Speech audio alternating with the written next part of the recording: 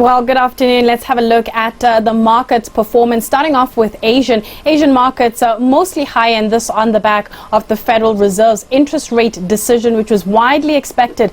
50 basis points, the highest in 2 decades. But when we look at what's happening on the Chinese side of things, Chinese stocks mostly higher as well, as they have returned to trade following the holidays. Hong Kong a little bit lower. Japanese markets closed for the May Day holidays. Looking at the European picture, it was a little bit higher, but markets have held back on the gains, and that's just because we've got the Bank of England's interest rate decision, which has just come out a few moments ago, opting to go with 25 basis points interest rate hike. When we look at the Monetary Policy Committee composition of that, 6 of the members voting for 25 basis points, 3 in favor of 50 basis points. So when we look at the market reaction, whether it's currencies, bonds, stocks, on the European side, the concern happens to be the UK growth factor. But when we look at our markets, a little bit higher. Financials bringing us a little bit lower, down about 0.1%. We did get news from the likes of Sibanye-Stillwater, Goldfields, Met Air, as well as Mondi on Sands.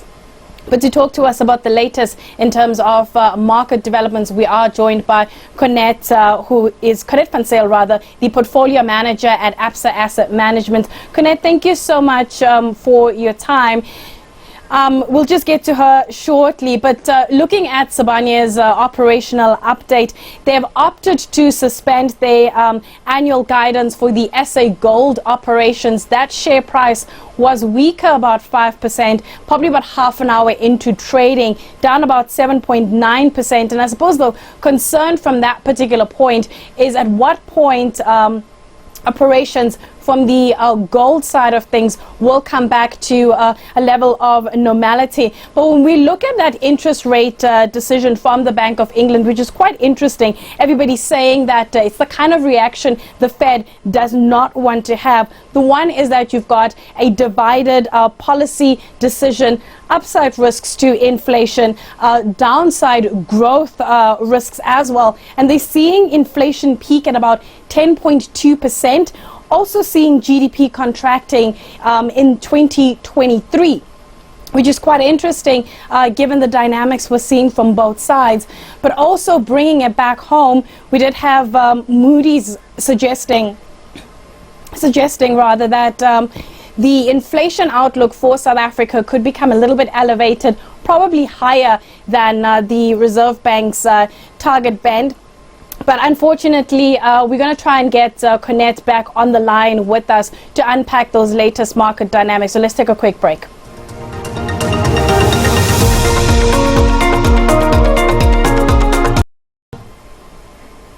Welcome back. So let's get into that discussion with Cornette van Zyl, who's a portfolio manager at Absa Asset Management. Cornette, thank you so much for your time. I mean, given the buoyant market dynamics right now following the Fed interest rate announcement, is that positivity filtering through to our local markets at this point?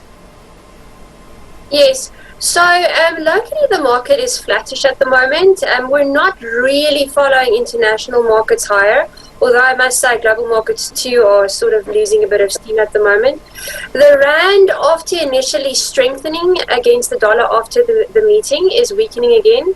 We're sitting at around 15 rand 46 the last time I checked. And we are being dragged down a little bit by our platinum and precious metal sector at the moment. Let's stay on that, because you had Sibanye-Stillwater releasing their operational update and saying here that they will be suspending their annual guidance when it comes to the SA gold operations. That share price down just over 7%. What's the concern on that front when it relates to Sibanye? Yes, so the production that was for the first quarter of this year, and on both the SA PGM side, not just gold, and the US PGM side, the production numbers that came out is lower than analysts' expectations. And then, the focus has been on the gold sector here in South Africa in particular, where that strike has been going on for more than 3 months. And it seems that there's no end in sight at the moment. Their production is down as expected, more than 45%. And because the business has got fixed cost or costs per ounce is up more than 50%. So that is a worry. And as you mentioned, it's now put Sibanye in a position where they can't give any production guidance on their SA gold operations for the remainder of the year, which obviously causes uncertainty in the market and hence that negative share price reaction that we're seeing. Let's talk about the Fed meeting. Your take on the hawkishness of that meeting? Yes, so obviously the FOMC met last night in the States, and they hiked the interest rate by 50 basis points. This was actually expected by the market, but what they also said is that they are likely to continue hiking at this pace until inflation is under control in the US. So that probably firmly puts another maybe 2 to 350 basis point rate hikes on the table in the United States. They also said that they will start quantitative tightening in June, so next month. So all of that is pretty hawkish. But I think the key takeaway, and hence the rallies both in equities and bonds, especially in the States, is that it's probably less hawkish than the market expected. A lot of market commentators were actually expecting a 75 basis point hike and possibly more 75 basis point hikes to come. And at this stage, the Fed indicated that it is unlikely to do 75 basis point hikes. So less hawkish than maybe the market expected, although very hawkish. This is the biggest interest rate hikes in the United States since 2000. In an environment like this, what are you increasing or reducing your exposure to? So from a South African portfolio point of view, we are fundamental investors and we will always base our investment decisions on valuations.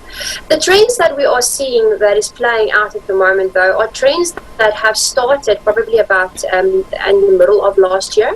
So we have positioned the portfolios accordingly in anticipation for this.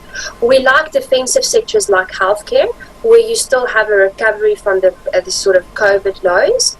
We also like your South African banks, which will benefit from higher interest rates and, a sort of mild inflation environment coming through.